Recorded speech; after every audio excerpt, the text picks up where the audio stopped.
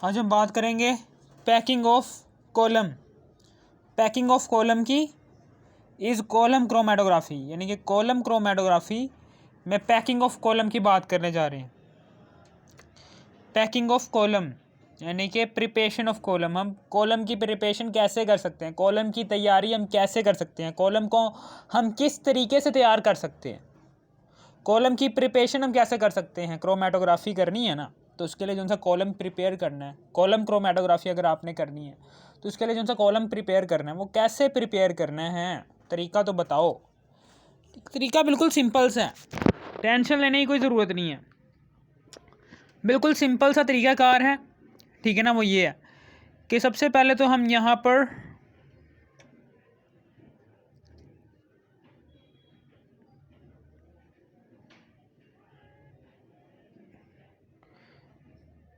Column draw करेंगे ऐसे करके,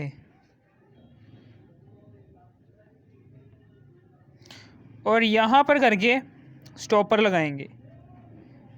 ये स्टॉपर है, इसे हम कहते हैं ये क्या है, ये स्टॉपर है, ठीक है ना। ये क्या करता है, ये कंट्रोल करता है, control the rate of flow. ये रेट ऑफ फ्लो को क्या करता है, ये कंट्रोल करता है रेट ऑफ फ्लो को। ये कंट्रोल, ये स्टॉपर क्या करता है, ये स्टॉपर क्या करता है, ये रेट ऑफ फ्लो जो सा है उसको नीचे की तरफ, अगर ये रेट ऑफ फ्लो आ रहा है उसको कंट्रोल करने का काम करता है। यहाँ पर क्या करते हैं, यहाँ पर हमने रुई लगाई होती है, ये कॉटन प्लग लगाया होता है,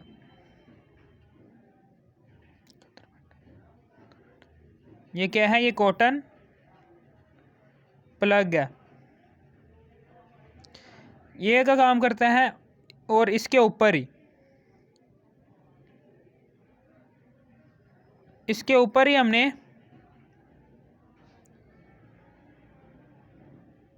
यानी कि जगह को प्लेन रखने के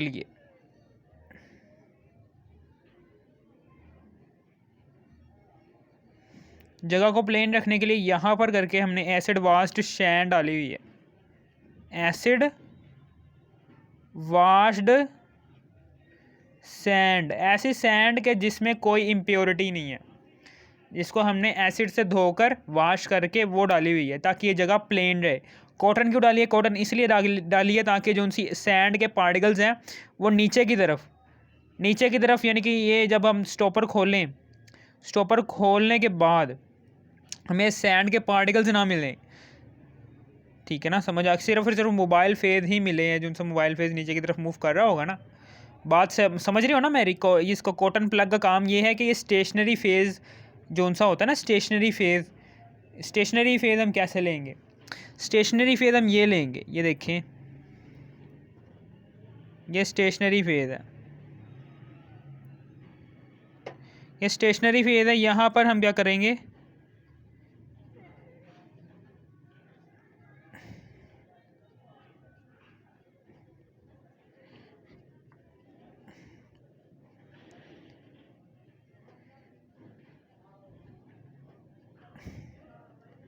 ये स्टेशनरी फेज़ लिया हुआ है, ये बीकर है, बीकर के अंदर ही हमने सिलिकॉन डाइऑक्साइड डाली हुई है, सिलिकॉन डाइऑक्साइड 100 ग्राम डाली हुई है, और जबकि 200 से लेकर 250 मिलीलीटर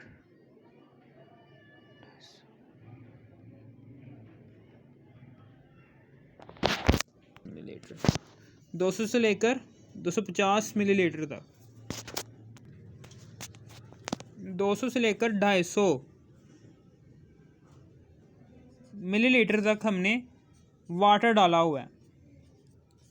ये दो चीज़ें डाली हैं, वाटर भी डाला हुआ है, सिलिकॉन डाइऑक्साइड भी बनाया हुआ है। यहाँ पर थिक पेस्ट है, यहाँ पर क्या है, थिक पेस्ट आ जाएगा हमारे पास। जैसे कि हम घरों को बनाने के लिए, जैसे हम घर वगैरह बनाने हो तो सीमेंट, रेत और पानी का मिक्सचर इस्तेमाल करते हैं और एक थिक पेस्ट बनाते हैं, ठीक है ना। थिक पेस्ट बनाते हैं, सीमेंट, रेत और पानी को मिलाकर एक थिक पेस्ट बनाते हैं और उससे हम ईंटें जोड़ते रहते हैं। इसी तरीक़े से ये भी थिक पेस्ट है, ये थिक पेस्ट है और इसे हम कहते हैं, ये क्या है, ये स्टेशनरी फेज़ है, ये स्टेशनरी फेज़ है। इस स्टेशनरी फेज़ को अब हम यहाँ पर फिल अप करेंगे, ये स्टेशनरी फेज़, ऐसे स्टेशनरी फेज़ को अब हम फिल अप करने जा रहे हैं। करते रहो फिल अप, करते रहो, ऊपर तक ले जाओ, इसे ऊपर तक ले जाओ। स्टेशनरी फेज़ को फिल अप करते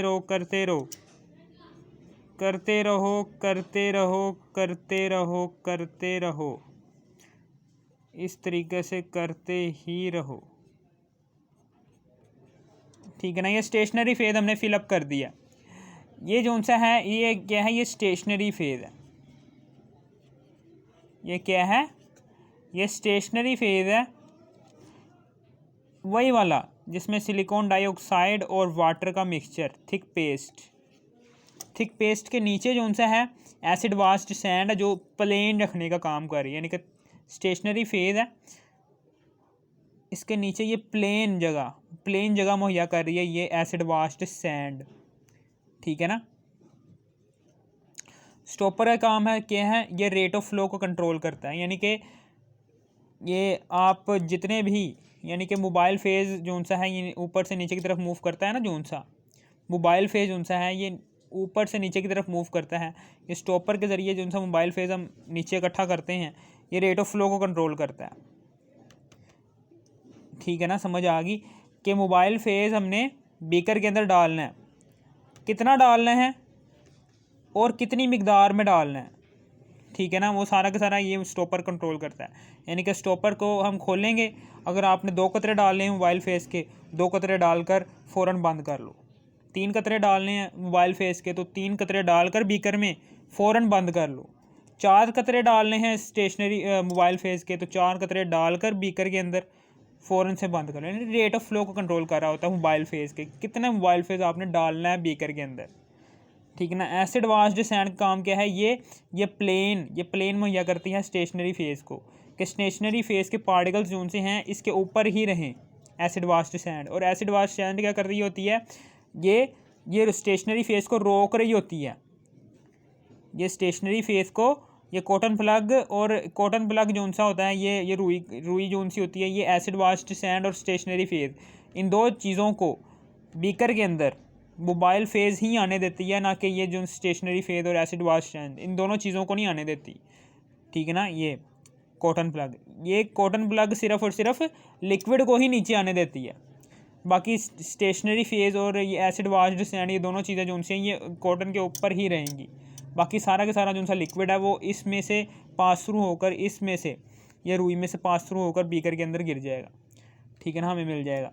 और ये जो सी एसिड वाश सैंड होती है ये प्लेन है, यानी कि ये करती है कि यहाँ पर ये एसिड वाश सैंड की ये स्टेशनरी फेज़ को नीचे की तरफ यहाँ पर घुसने नहीं देती और प्लेन मुहैया करती है स्टेशनरी फेज़ को, ताकि स्टेशनरी फेज़ जो है इससे ऊपर ही रहे, ठीक है ना।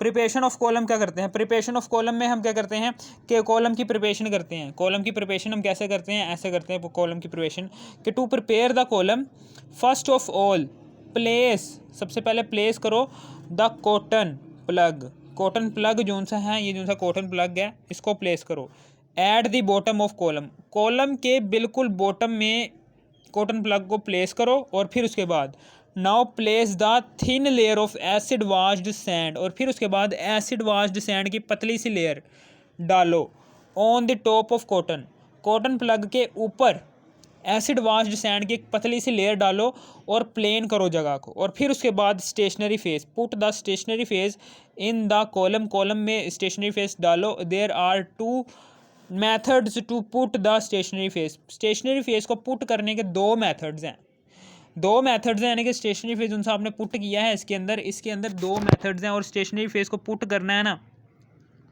तो हमेशा याद रखना कि फ़नल के थ्रू ही पुट करना है। किसके थ्रू पुट करना है, फ़नल, ये क्या है, ये फ़नल है, ताकि स्टेशनरी फेज़ उनसे है वो इधर उधर उसके पार्टिकल्स जाए ना, सीधा डायरेक्ट ही इस कॉलम के अंदर आ सके। ठीक है ना। वेट मेथड और या फिर स्लरी फॉर्मेशन। वेट मेथड में क्या होता है, the stationary phase is added in the H2O and form a thick paste. वही है यार, ये जो है ना, ये हमने कैसे प्रिपेयर किया कि the stationary phase is added in the H2O। हमने H2O में स्टेशनरी फेज H2O जो है वो ऐड किया and form a thick paste. Thick paste बनाया कॉल्ड स्लरी। हम इसको स्लरी कहते हैं। इसको क्या कहते हैं, स्लरी कहते हैं। स्लरी थिक पेस्ट को कहते हैं स्लरी। ठीक है ना। And put into the column, और इसको कॉलम के अंदर पुट कर दिया। इस थिक पेस्ट को मैंने आपको बताया, इस थिक पेस्ट को कॉलम के अंदर पुट कर दिया है। एंड वाइब्रेट कॉलम, और कॉलम को ऐसे ऐसे वाइब्रेट किया कॉलम को वाइब्रेट किया ऐसे ऐसे। ठीक है ना। And vibrate column and a uniform packing is obtained, और हमें एक यूनिफॉर्म पैकिंग मिलेगी।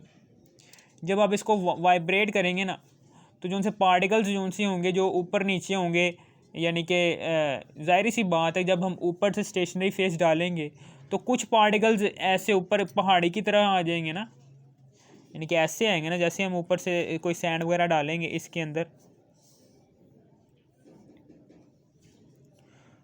तो यहाँ पर ऐसे करके पार्टिकल जमा होना शुरू होंगे। पार्टिकल्स कैसे जमा होना शुरू होंगे, ऐसे करके। ठीक है ना। साइडों पर नहीं होंगे पार्टिकल्स रेत के, ना ही ये दरमियान में इकट्ठा होना शुरू हो जाएंगे। तो हम क्या करेंगे, हम इसको थोड़ा सा हिलाएंगे। इस कॉलम को जैसे ही थोड़ा सा हिलाएंगे तो पार्टिकल जो उनसे होंगे वो यूनिफॉर्म, यानी कि अब जो उनसे पार्टिकल्स होंगे, जैसे हम इसको हिलाया तो अब जो उनसे रेत के पार्टिकल्स हैं वो पूरे कॉलम में यूनिफॉर्मली फैल जाएंगे। वही मैंने बात लिखी हुई है।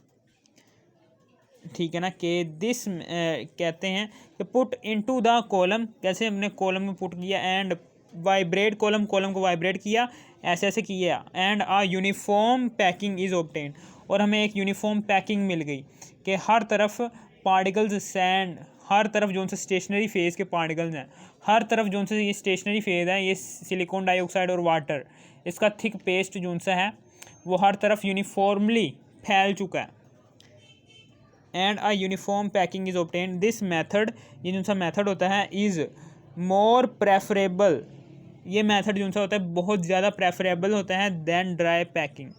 यानी कि इसका दूसरा मेथड भी है, ड्राई पैकिंग भी है, लेकिन ये जो सा वेट मेथड है या फिर स्लरी फॉर्मेशन है, ये मेथड जो सा है, ये मेथड ये ड्राई पैकिंग से अच्छा है, प्रेफरेबल है। वही मैंने बात लिखी है। अब हम ड्राई पैकिंग की बात करते हैं कि ड्राई पैकिंग में होता क्या है। ड्राई पैकिंग में ये होता है कि भाई यहाँ पर हमने ये कॉलम लिया,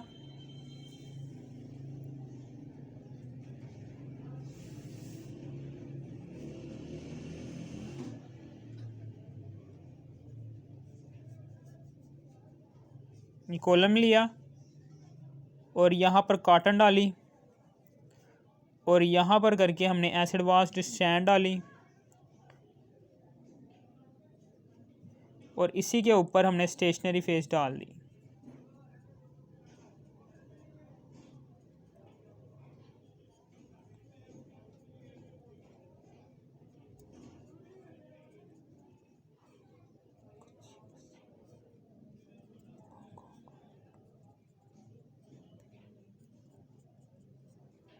ठीक है। वही है यार, ये स्टॉपर है जो रेट ऑफ फ्लो को कंट्रोल कर रहा होता है। ये कॉटन प्लग है कि जो स्टेशनरी फेस के मॉलिक्यूल्स को नीचे नहीं आने देता, और ये एसिड वाश्ड सैंड है जो प्लेन मुहैया कर रही है, जिसमें इम्प्योरिटी, आम सैंड नहीं है, इसमें कोई इम्प्योरिटी नहीं है। इसको हम एसिड से धो लिया है ताकि ये वाश हो जाए और एसिड वाश सैंड बन चुकी है, और इसी के ऊपर ही हमने स्टेशनरी फेस डाला हुआ है। ये क्या है, ये स्टेशनरी फेज़ है। लेकिन ये जो सा स्टेशनरी फेज़ होगा ना, इसमें सिर्फ़ और सिर्फ ऐसा स्टेशनरी फेज़ होगा कि जिसमें सिर्फ़ और सिर्फ हमने रेत ही डाली होगी, यानी कि आपने सिर्फ़ और सिर्फ सिलिकॉन डाइऑक्साइड ही डाली है। 100 ग्राम ले लो या फिर 150 ग्राम ले लो, कितने 150 ग्राम ले लो, ठीक है ना, कुछ भी ले सकते हो। इस स्टेशनरी फेज़ को हमने पुट कर दिया इसके अंदर। ड्राई पैकिंग इसलिए हम कहते हैं क्योंकि स्टेशनरी फेज़ के अंदर अब पानी नहीं डाला।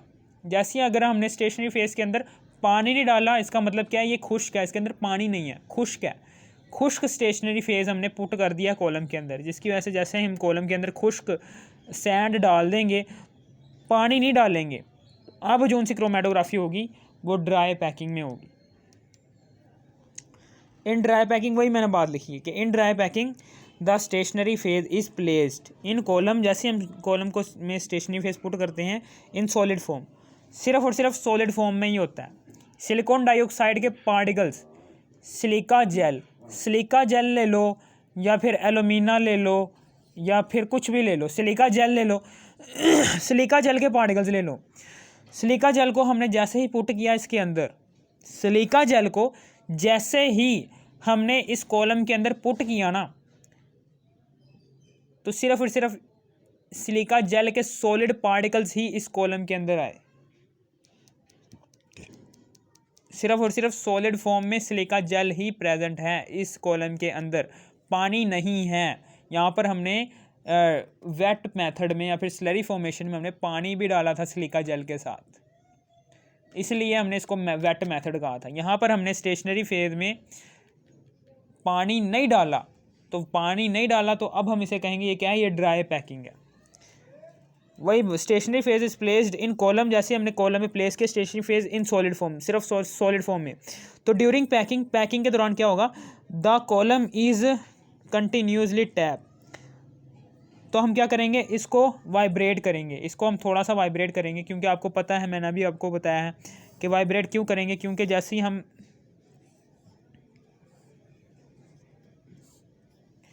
इसके अंदर सॉलिड यानी कि उसके अंदर रेत के पार्टिकल्स डालेंगे ना, जैसे हम रेत के पार्टिकल्स डालते हैं तो ये जो सी रेत होती है ना, ये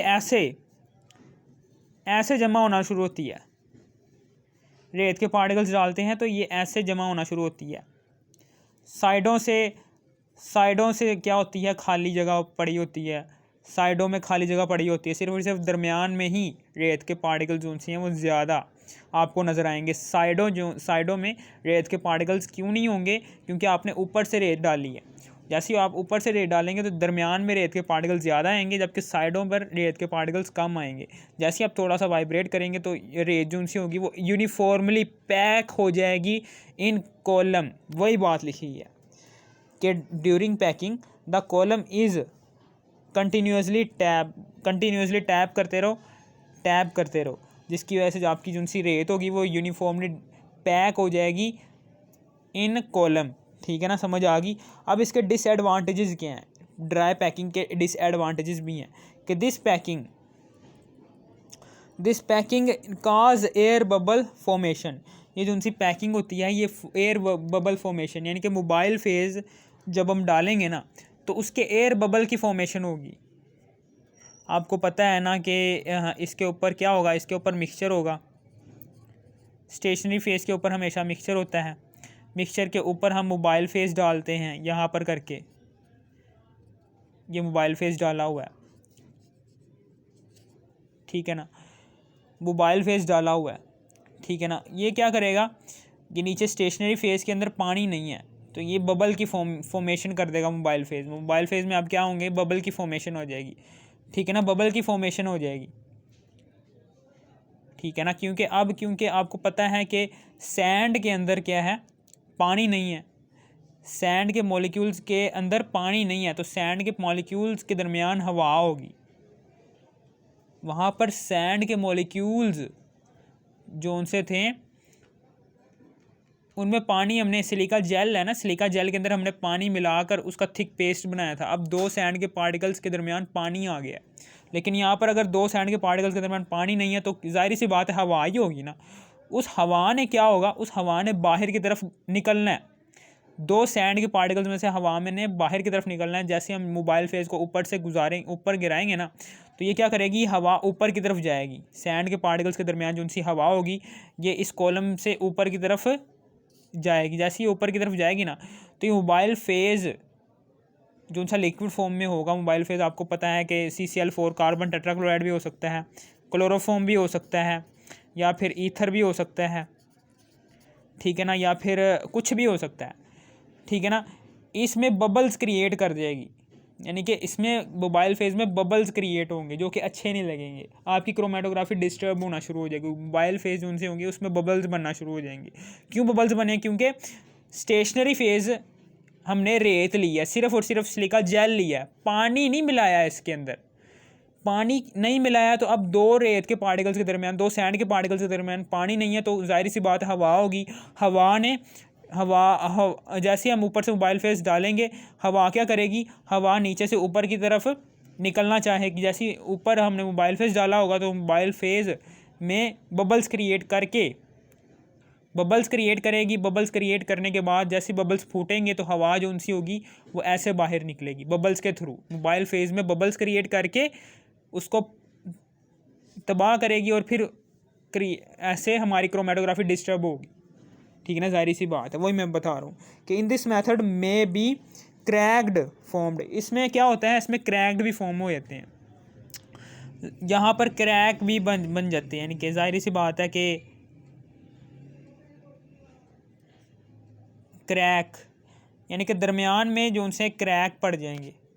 यहाँ से क्या होगा, यहाँ से मोबाइल फेस जो उनसा है वो यहाँ पर खाली जगह होगी, तो मोबाइल फेस क्या होगा, वो जल्दी से नीचे की तरफ आएगा यहाँ से, जबकि बाकी यहाँ पर क्या होगा, यहाँ पर आराम से नीचे की तरफ आएगा, यहाँ पर जल्दी से नीचे की तरफ आएगा। इस क्रैक से, क्रैक की फॉर्मेशन से क्या होगा, हमारा मोबाइल फेस जो उनसा है कहीं कहीं से ज़्यादा तेज़ी से आ रहा होगा नीचे की तरफ, और कहीं कहीं से स्टेशनरी फेज़ में स्लोली नीचे की तरफ आ रहा होगा, जिसकी वजह से हमारी जो सी क्रोमेटोग्राफी है वो डिस्टर्ब होना शुरू हो जाएगी।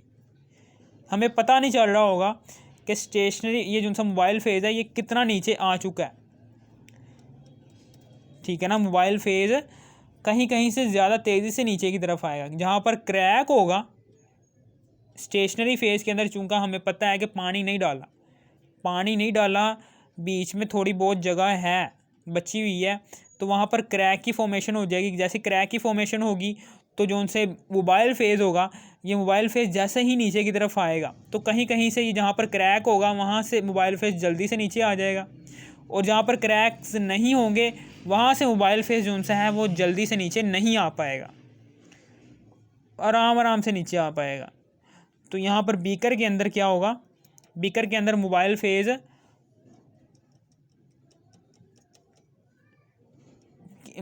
जो सा है, बीकर के अंदर मोबाइल फेज़ आराम से इकट्ठा होना शुरू होगा, ठीक है ना। यानी कि मोबाइल फेज़ को नीचे आने में मुश्किल होगी, ठीक है ना, समझ आ गई। यूनिफॉर्मली नीचे नहीं आएगा, कहीं कहीं से ज़्यादा तेज़ी से नीचे आ रहा है, कहीं कहीं से कम तेज़ी से नीचे आ रहा है, यूनिफॉर्मली तेज़ी से नीचे नहीं आ रहा, तो हमें क्रोमेटोग्राफी करने में मुश्किल पेश आएगी, ठीक है ना, समझ आ गई आपको।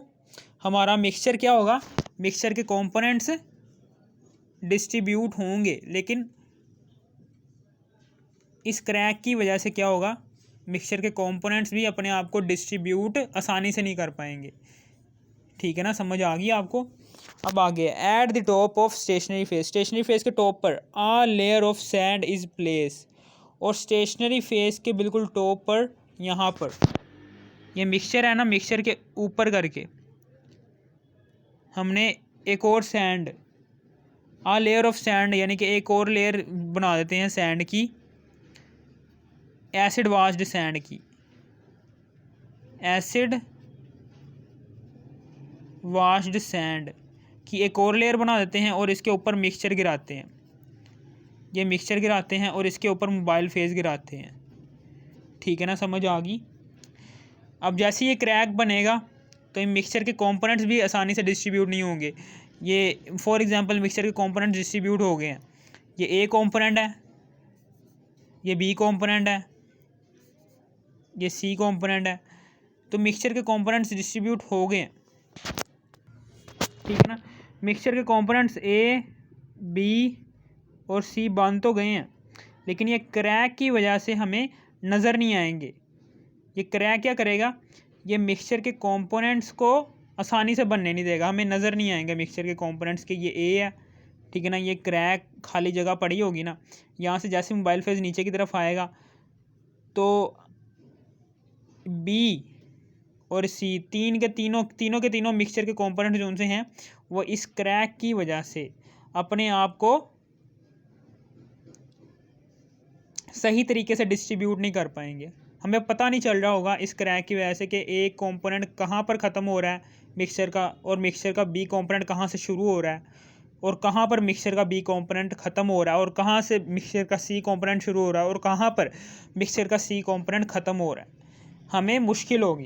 क्रैक का ये भी नुकसान है, डिसएडवांटेजेस है। और एक ये भी नुकसान है crack at the top of stationary face के टॉप पर, यहाँ पर हमने स्टेशनरी फेस के टॉप पर एसिड वाश्ड सैंड नहीं डाले थे, लेकिन यहाँ पर हमने एसिड वाश्ड सैंड डाली है स्टेशनरी फेस के ऊपर, ठीक है ना, समझ आ गई। यहाँ पर हमने सैंड की एक और लेयर चढ़ाई है, ठीक है ना, और यहाँ पर हमने नहीं चढ़ाई थी, समझ आ गई आपको। अगर आप, ठीक है ना, ये भी इसका डिसएडवांटेज है, ठीक है ना, कि हमारी रेत ज़्यादा वेस्ट हो रही है, ठीक है ना।